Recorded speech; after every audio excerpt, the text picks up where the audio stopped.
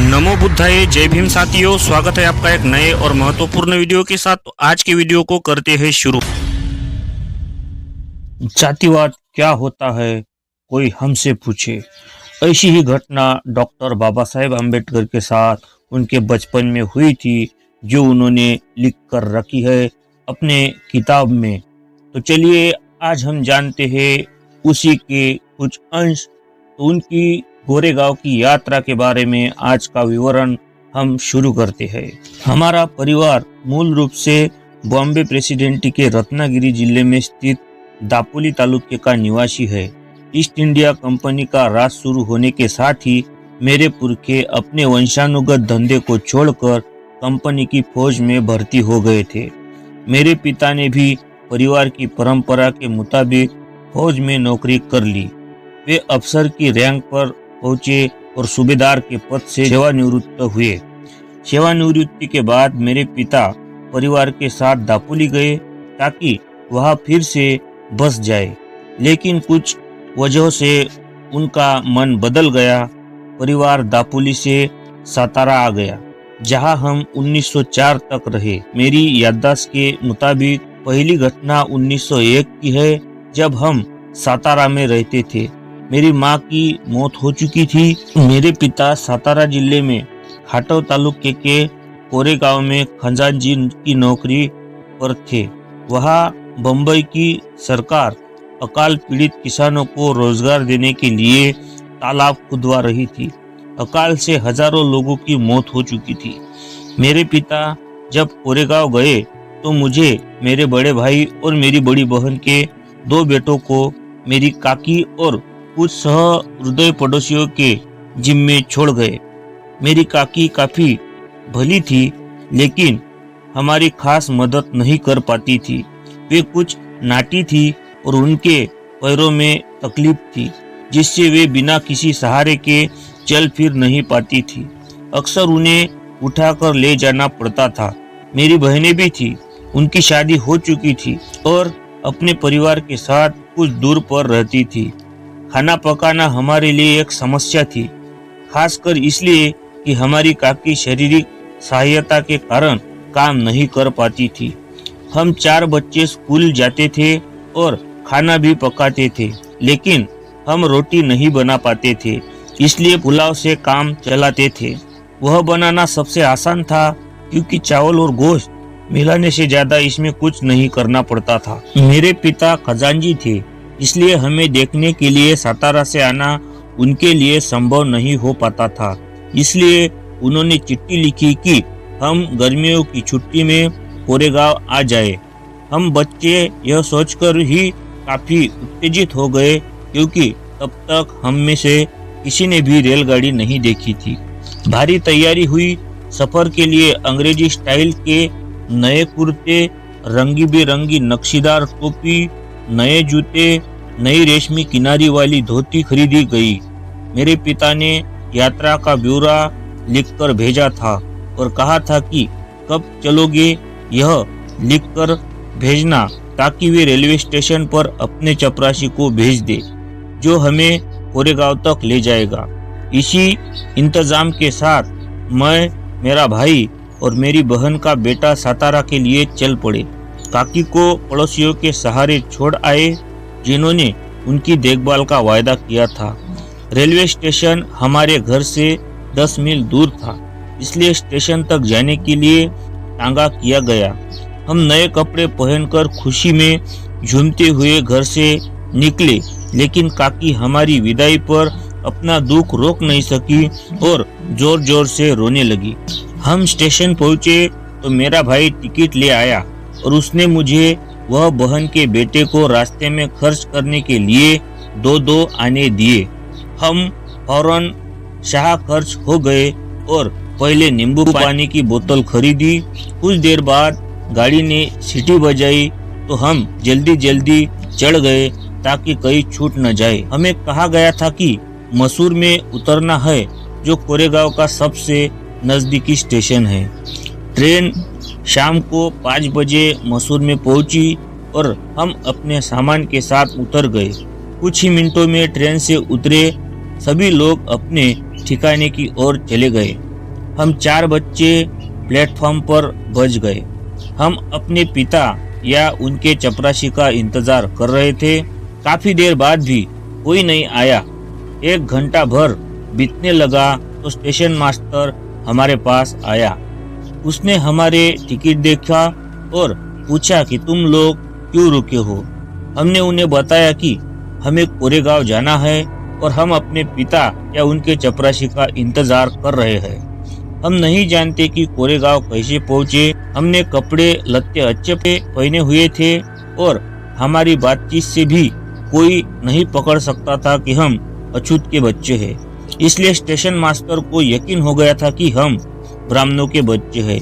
वे हमारी परेशानी से काफी दुखी हुए, लेकिन हिंदुओं में जैसे आमतौर पर होता है, स्टेशन मास्टर पूछ बैठा कि हम कौन हैं। मैंने बिना कुछ सोचे समझे ताकत से कह दिया कि हम महार है। बम्बई प्रेसिडेंटी में महार अछूत माने जाते हैं। वह दंग रह गया। अचानक उसके चेहरे के भाव बदलने लगे। हम उसके चेहरे पर वितृष्णा का भाव साफ साफ देख सकते थे। वह फौरन अपने कमरे की ओर चला गया और हम वह पर खड़े रह गए। 20-25 मिनट बीत गए। सूरज डूबने ही वाला था। हम हैरान परेशान थे। यात्रा की शुरुआत वाली हमारी खुशी काफूर हो चुकी थी। हम उदास हो गए। करीब आधे घंटे बाद स्टेशन मास्टर लौटा। उसने हमसे पूछा कि तुम लोग क्या करना चाहते हो। हमने कहा कि अगर कोई बैलगाड़ी किराए पर मिल जाए तो हम कोरेगांव चले जाएंगे, और अगर बहुत दूर न हो तो पैदल भी जा सकते हैं। वहाँ किराए पर जाने के लिए कई बैलगाड़ियाँ थी, लेकिन स्टेशन मास्टर से मेरा महार कहना गाड़ी वाले को सुनाई पड़ गया था और कोई भी अछूत को ले जाकर अपवित्र होने को तैयार नहीं था। हम दुगना किराया देने को तैयार थे, लेकिन पैसे का लालच भी काम नहीं कर रहा था। हमारी ओर से बात कर रहे थे। स्टेशन मास्टर को समझ में नहीं आ रहा था कि क्या करे। अचानक उसके दिमाग में कोई बात आई और उसने हमसे पूछा, क्या तुम लोग गाड़ी हाँक सकते हो? हम फौरन बोल पड़े, हाँ हम हाँक सकते हैं। यह सुनकर वह गाड़ी वालों के पास गया और उसने कहा कि तुम्हें दोगुना किराया मिलेगा और गाड़ी को खुद चलाएंगे। गाड़ीवान खुद गाड़ी के साथ पैदल चलता रहे। एक गाड़ी वाला राजी हो गया। उसे दुगना किराया मिल रहा था और वो अपवित्र होने से बचा रहेगा। शाम करीब 6:30 बजे हम चलने को तैयार हुए, लेकिन हमारी चिंता यह थी कि यह आश्वस्त होने के बाद ही स्टेशन छोड़ा जाए कि हमें अंधेरे के पहले कोरेगांव पहुंचा दिया जाएगा। हमने गाड़ीवाले से पूछा कि कोरेगांव कितनी दूर है और कितनी देर में पहुंच जाएंगे। उसने बताया कि 3 घंटे से ज्यादा नहीं लगेगा। उसकी बात पर यकीन करके हम अपना सामान गाड़ी पर रखा और स्टेशन मास्टर को शुक्रिया कहकर गाड़ी में चढ़ गए। हम में से एक ने गाड़ी संभाली और हम चल पड़े। गाड़ीवान बगल में पैदल चल रहा था। स्टेशन से कुछ दूर पर एक नदी थी, बिल्कुल सूखी हुई। उसमें कहीं कहीं पानी के छोटे छोटे गड्ढे थे। गाड़ीवान ने कहा कि हमें यहाँ रुककर खाना खा लेना चाहिए, वरना रास्ते में कहीं पानी नहीं मिलेगा। हम राजी हो गए। उसने किराए का एक हिस्सा मांगा ताकि बगल के गांव में जाकर खाना खा आए। मेरे भाई ने उसे कुछ पैसे दिए और वह जल्दी आने का वादा करके चला गया। हमें भूख लगी थी। काकी ने पड़ोसी औरत से हमारे लिए रास्ते के लिए कुछ अच्छा भोजन बनवा दिया। हमने टिफिन बॉक्स खोला और खाने लगे। अब हमें पानी चाहिए था। हम में से एक नदी वाले पानी के गड्ढे की ओर गया, लेकिन उसमें से तो गाय बैल के गोबर और पेशाब की बदबू आ रही थी। पानी के बिना हमने आधे पेट खाकर ही टिफिन बंद कर लिया और गाड़ीवान का इंतजार करने लगे। काफी देर तक वह नहीं आया। हम चारों ओर से उसे देख रहे थे। आखिरकार वो आया और हम आगे बढ़े। 4-5 मील हम चले होंगे। अचानक गाड़ीवान कूदकर गाड़ी पर बैठ गया और गाड़ी हाँकने लगा। हम चकित थे कि यह वही आदमी है जो अपवित्र होने के डर से गाड़ी में नहीं बैठ रहा था, लेकिन उससे कुछ पूछने की हिम्मत हम नहीं कर पाए। हम बस जल्दी कोरेगांव पहुंचना चाहते थे, लेकिन जल्दी ही अंधेरा छा गया। रास्ता नहीं दिख रहा था, कोई आदमी या पशु भी नजर नहीं आ रहा था। हम डर गए। 3 घंटे से ज्यादा हो गए थे, लेकिन कोरेगांव का कहीं नामो निशान तक नहीं था। तभी हमारे मन में यह डर पैदा हुआ कि यह गाड़ीवान हमें ऐसी जगह तो नहीं ले जा रहा है हमें मार कर हमारा सामान लूट ले। हमारे पास सोने के गहने भी थे। हम उससे पूछने लगे कि कोरेगांव और कितनी दूर है। वो कहता जा रहा था कि ज्यादा दूर नहीं है, जल्दी ही पहुंच जाएंगे। रात के 10 बज चुके थे। हम डर के मारे सुबकने लगे और गाड़ीवान को कोसने लगे। उसने कोई जवाब नहीं दिया। अचानक हमें कुछ दूर पर एक बत्ती जलती दिखाई दी। गाड़ीवान ने कहा, वहां देखो, चुकी वाले की बस्ती है। अचानक हमें कुछ दूर पर एक बत्ती जलती दिखाई दी। गाड़ीवान ने कहा, वहां देखो, झुग्गी वाले की बत्ती है। रात में हमें वही रुकेंगे। हमें कुछ राहत महसूस हुई।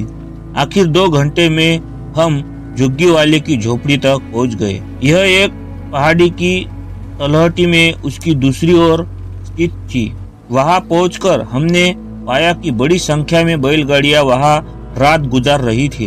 हम भूखे थे और खाना खाना चाहते थे, लेकिन पानी नहीं था। हमने गाड़ीवान से पूछा कि कहीं पानी मिल जाएगा।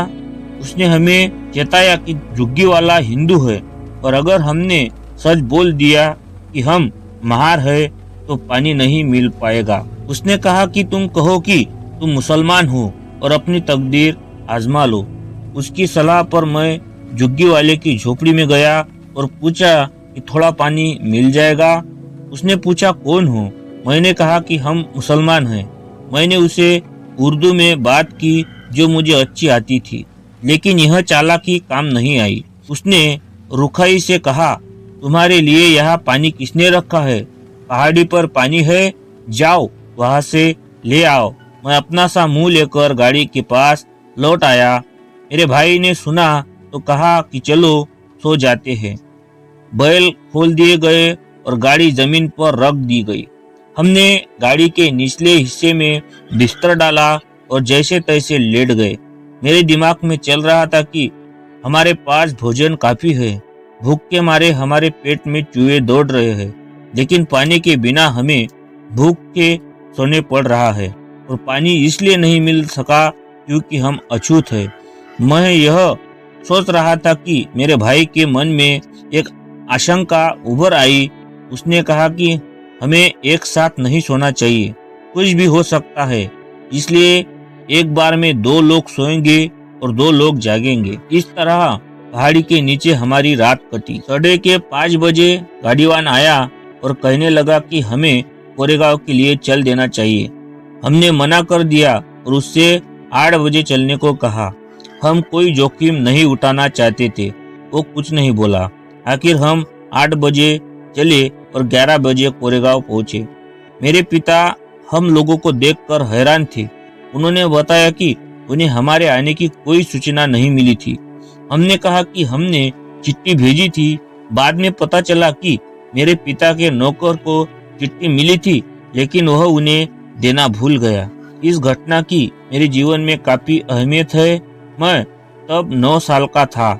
इस घटना की मेरे दिमाग पर अमिट छाप पड़ी। इसके पहले भी मैं जानता था कि मैं अछूत हूँ और अछूतों को कुछ अपमान और भेदभाव सहन करना पड़ता है। मसलन स्कूल में मैं अपने बराबरी के साथियों के साथ नहीं बैठ सकता था। मुझे एक कोने में अकेले बैठना पड़ता था। मैं यह भी जानता था कि मैं अपने बैठने के लिए एक बोरा रखता था और स्कूल की सफाई करने वाला नौकर वह बोरा नहीं छूता था क्योंकि मैं अछूत हूँ। मैं बोरा रोज घर लेकर आता था और अगले दिन ले जाता था। स्कूल में मैं यह भी जानता था कि ऊंची जाति के लड़कों को जब प्यास लगती तो वो मास्टर से पूछकर नल पर जाते और अपना प्यास बुझा लेते थे, पर मेरी बात उनसे अलग थी। मैं नल को छू नहीं सकता था, इसलिए मास्टर की इंतजार के बाद चपरासी का होना जरूरी था। अगर चपरासी नहीं है तो मुझे प्यासा ही रहना पड़ता था। घर में भी कपड़े मेरी बहन धोती थी। सातारा में धोबी नहीं थे ऐसी बात नहीं थी। हमारे पास धोबी को देने के लिए पैसा नहीं हो ऐसी भी बात नहीं थी। हमारी बहन को कपड़े इसलिए धोने पड़ते थे क्योंकि हम अछूत का कपड़ा कोई धोबी भी नहीं धोता था। हमारे बाल भी मेरी बहन काटती थी क्योंकि कोई नाई हम अछूतों के बाल नहीं काटता था। मैं यह सब जानता था, लेकिन उस घटना से मुझे ऐसा झटका लगा जो मैंने पहले कभी महसूस नहीं किया था। उसी से मैं छुआछूत के बारे में से सोचने लगा। उस घटना के पहले तक मेरे लिए सब कुछ सामान्य सा था, जैसे ही सवर्ण हिंदू और अछूतों के साथ आम तौर पर होता है। दोस्तों, ये बाबा साहब अम्बेडकर की खुद की कोरेगांव की यात्रा का विवरण आपको कैसा लगा? अगर ये वीडियो आपको अच्छा लगा हो तो वीडियो को लाइक करें, चैनल पे नए हैं तो सब्सक्राइब करें, अपने दोस्तों को शेयर करें। नमो बुद्धाय, जय भीम।